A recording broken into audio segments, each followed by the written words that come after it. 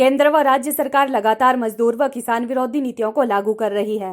Corona महामारी के इस संकट काल को भी केंद्र की सरकार व राज्य सरकार मजदूरों व किसानों का खून चूसने व उनके शोषण को तेज करने के लिए इस्तेमाल कर रही है। केंद्र सरकार द्वारा संसद में 3 मजदूर विरोधी कोडों को पास कर लिया है, जिससे मजदूरों की स्थिति बंधुआ मजदूर जैसी हो जाएगी। ये श्रम सुधार पूंजीपतियों के पक्ष में किए गए हैं, जिससे मजदूरों का शोषण बढ़ेगा। उसी तर्ज पर हिमाचल प्रदेश, मध्य प्रदेश, उत्तर प्रदेश, गुजरात, हरियाणा, महाराष्ट्र, राजस्थान में श्रम कानूनों में बदलाव इसी प्रक्रिया का हिस्सा है। केंद्र सरकार द्वारा कृषि उपज वाणिज्य एवं व्यापार बिल 2020, मूल्य आश्वासन समझौता, कृषि सेवा बिल 2020 व आवश्यक वस्तु अधिनियम 2020 आदि 3 किसान विरोधी कानूनों को संसद से पास करके किसानों का गला घोटने का कार्य किया गया है। सार्वजनिक क्षेत्र के उपक्रमों को पूंजीपतियों को कौड़ियों के भाव पर बेचने पर उतारू है। ऐसा करके सरकार पूंजीपतियों की मुनाफाखोरी को बढ़ाने के लिए पूरे देश के संसाधनों को बेचना चाहती है। ऐसा करके यह सरकार देश की आत्मनिर्भरता को खत्म करना चाहती है। उन्होंने मांग की है कि केंद्र सरकार कोरोना काल में सभी किसानों का रबी फसल का कर्ज माफ करें व खरीफ फसल के लिए केसीसी जारी करें। किसानों की पूर्ण कर्ज माफ की जाए। किसानों को फसल का C2 लागत से 50% अधिक दाम दिया जाए। किसानों के लिए श्रवण नेशन 1 मार्केटर्स नहीं बल्कि श्रवण नेशन 1 MSP की नीति लागू की जाए। किसानों व आदिवासियों की खेती की जमीन कंपनियों को देने व कॉरपोरेट खेती पर रोक लगाई जाए।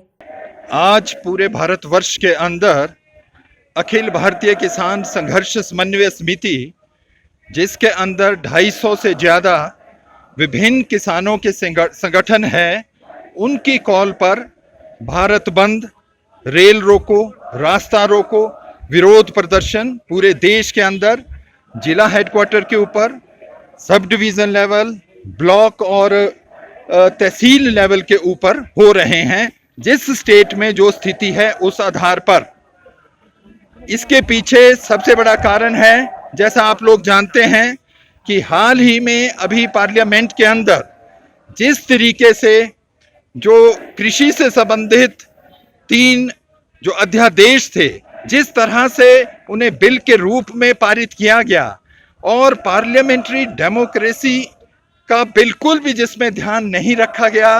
विपक्ष उसके अंदर एक वोटिंग चाहता था मगर उसको मौका नहीं दिया गया और अफरा तफरी में वो बिल पास किए गए। उसके विरोध में आज पूरे भारतवर्ष के अंदर इस समय ये संघर्ष चला हुआ है और ये संघर्ष कोई केवल आज के लिए नहीं है। ये संघर्ष उस समय तक रहेगा जिस समय तक ये जो 3 बिल है, इसमें एक विशेष रूप से जो APMC एक्ट था, जिस तरीके से उसको डाइल्यूट किया गया है एक नए नाम के साथ, और दूसरा जो कॉन्ट्रैक्ट फार्मिंग था उसे एक बड़ी बढ़ोतरी बड़ी पूंजीपतियों के हक में दी गई है, और तीसरा जो एसेंशियल कमोडिटी एक्ट था उसके अंदर जो संशोधन किए गए हैं, उसके तहत आज पूरे देश में जो किसान हैं वो सड़कों के ऊपर हैं। अगर किसानों को संसद के अंदर न्याय नहीं मिलेगा तो इसकी लड़ाई सड़कों के ऊपर होगी।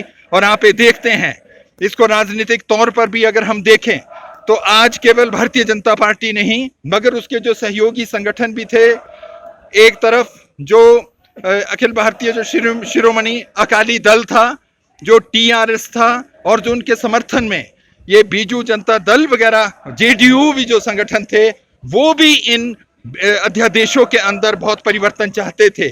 उन बातों का भी कोई ध्यान नहीं रखा गया और बीजेपी ऐसा लगती है कि अंतर्राष्ट्रीय वित्त पूंजी के दबाव में और भारतवर्ष में जो श्री नरेंद्र मोदी जी के विशेष मित्र हैं, अदानी और रिलायंस ग्रुप के अंबानी, उनको एक पूरा कृषि क्षेत्र के अंदर लाभ पहुंचाने के लिए इन बिलों को पास किया गया है। PLTV के लिए शिमला से पुष्पेंद्र की रिपोर्ट।